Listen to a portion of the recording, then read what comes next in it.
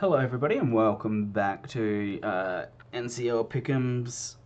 Today we are looking at week 10 and the results from week 9 and the last result from week 8 as well. Also, sorry that this is a bit delayed. I've been kind of busy with things and whatnot, but anyway, let's just jump straight into it. So the one game we're waiting on has been completed. It was the Wiltshire Wartortoise versus the Green Bay Glissopods, the one from week 8, which the Green Bay Glissopods did come away with. After we've had a look at the results from last week, we'll go over what that meant for the overall results for week 8. So, alright, so the week 9 matchups. We had the Seattle Staraptors versus the Wiltshire Wartortoise, and the Seattle Staraptors did actually come out with the win there, so we had a quite a big upset there, looking at this. The Lad and the Lantern did win against the Krabby Cadabbies, so splitting that pretty evenly right there. Green Bay Glissopods did come away with the win, which by the looks of things wasn't too surprising for most people. The Cleveland Cavaliers did beat me, the Adelaide Overheat, but it was a fairly even pick'ems there, and it was a really good match. So go check it out if you want. The Detroit Terravolts did not manage to overcome the UNC Wingulls, so that's a tiny bit of an upset there as well, but not a huge upset. And then the Tampa Bay Weasels did take out the Atlanta Raptors last week. So that is the results. And after that, we'll have a look at the tallies so far and see who's topping the ladder. So Ben is at the top. He did go 6-0. We did have a couple of 6-0s last week. The first 6-0s we've had since week 1. And that was Matt and Ben both making every pick'ems correct that week. But only Magic going below 1-5 in week 8. Most people getting that 5-1. So that was pretty interesting there. A pretty good week for most people's pick'ems.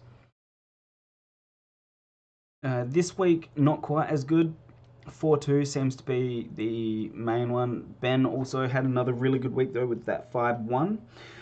So he's consistently been doing pretty decently with his pick'ems. So that has put him ahead of the previous leader, Phil.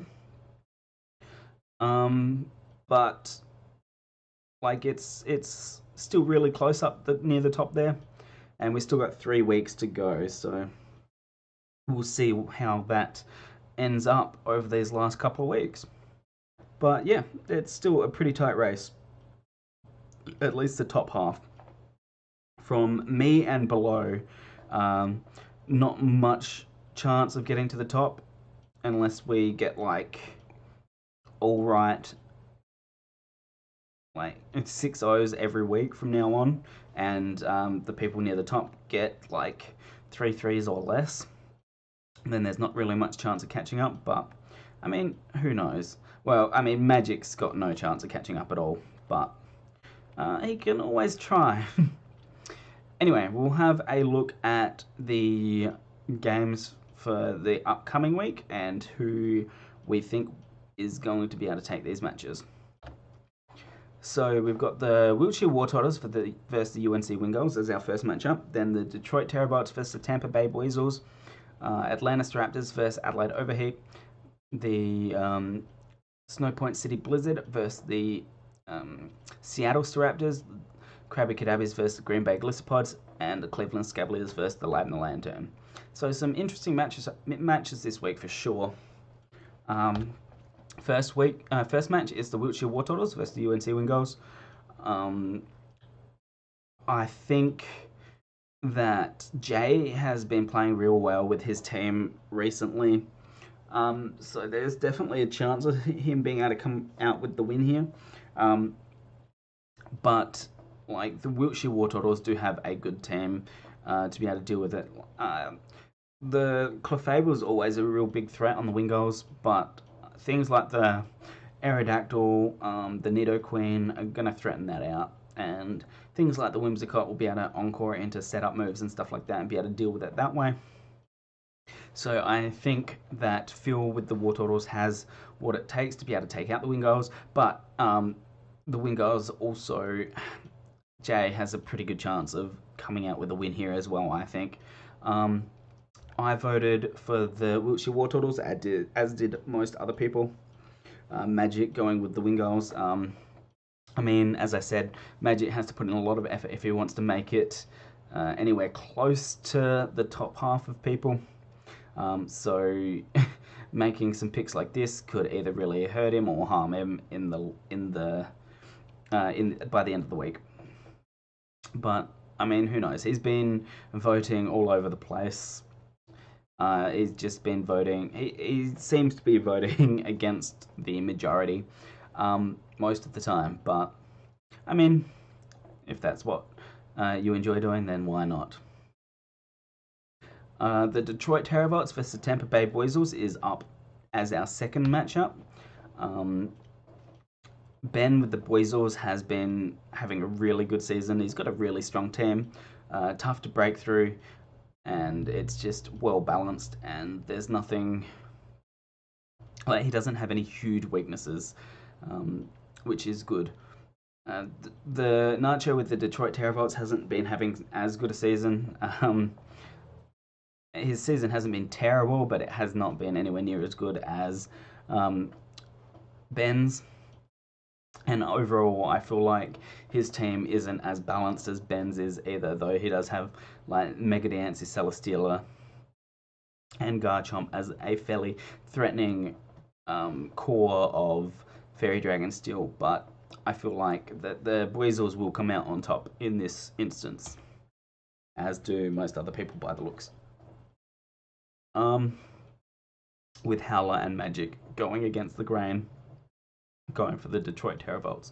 So we will see if that pays off for them or not. Third matchup is the Atlanta Staraptors versus the Adelaide Overheat. Once again, it's my matchup, so I'm not going to go into it too deeply, but there's definitely things that I need to watch out for. Mega Altaria is threatening. Austin's been playing really well with that. He's got it near the top of the kill leaders, so it's definitely something to be worried about. Victini can always hit really hard. Tangrowth and Empoleon Gliscor is a solid defensive threat. So there's definitely a lot of stuff that I need to watch out for. I have my thoughts on what I can do to come away with the win here, and it's just going to have to see how the game goes in that respect. I obviously voted for myself. Austin obviously voted for himself, but it's just a 6-6 split right down the middle. So this is going to be one of the games that determines whether people will be able to have a perfect week of Pick Ems or not, basically. So it'll be interesting to see who does and who can't. The Snow Point City Blizzard versus the Seattle Staraptors is up next. Now, Daniel with the Staraptors didn't have the best start to the season, but he's definitely been putting in some work with some trades and stuff that he's had. That Volcanion that he's using has been putting in a ton of work for him. It's a real solid threat, whereas Magic hasn't been having the best season, and it hasn't really been picking up for him either. So just because of that, and I feel like that the Staraptors have a much better balanced team. They both have rain, so it's a bit of a rain off, and they both have rain options at least. But I feel like the Staraptors will come away with this win, as do most other people, with some people siding with the Snow Point City Blizzard as well. Now we've got the Krabby Kadabi versus the Green Bay Gallipods up as our fifth matchup. Now, this is going to be a great match to watch. One of the matches of the week, I feel. Two really good battlers, two really good teams. Um, Tapu Koko Hawlucha is always a threat, even if it is pretty basic. But, like, it's basic because it works, so it's obviously something that you have to watch out for. But there's always ways that can be dealt with, and I think that Matt has a few things on his team that can. Like, a defensive Weezing can take a hit from the Hawlucha pretty decently, um, because it's just, like, got such a high defensive stat, so it can take a hit from the Hawlucha and get rid of stat bursts, or it can do some damage back. It can toxic, something like that, and just stop the Hawlucha from just fully sweeping. Uh, Obviously, it's not the only answer to that on his team, but I feel like Weezing's a pretty good one actually because it hits that Tapu Koko pretty well as well. But I think I voted for the Green Bay Glissapods this week. Um, Going against the grain here myself. Most people voting for the Krabby Kadabbies. But I guess we'll have to see how that match turns out. Um, that could give me a little bit of a boost in my own pick'ems, and I feel like the Green Bay Glissapods do have ways to win this matchup, so that's why I voted that way. And then as our last matchup, we have the Cleveland Cavaliers versus the Ladner Lantern. Now, I voted for the Ladner Lantern. I narrowly lost to Dom and the Cleveland Cavaliers in a very close game. It was well played on both sides, I feel. But I feel like just Ian's setup threat and even like the melodic that he's been keeping at the top of the kill leaderboard this whole season, well, or at least like relatively close to it in the top three, um, is just like he's got a lot of threats that Cleveland Cavaliers team is going to struggle with. So that's why I voted for the Ladner Lantern, but this is also another one that's split directly down the middle, with the top six all voting for the Ladner Lantern and the bottom six all voting for the Cleveland Cavaliers, which I thought was pretty strange. But yeah, that's the matchups for this week. That's how people are voting, and now we just wait until next week to find out who won and lost, and the updates to the scores. So we'll see you next week. Thank you for watching, and we'll catch you all later.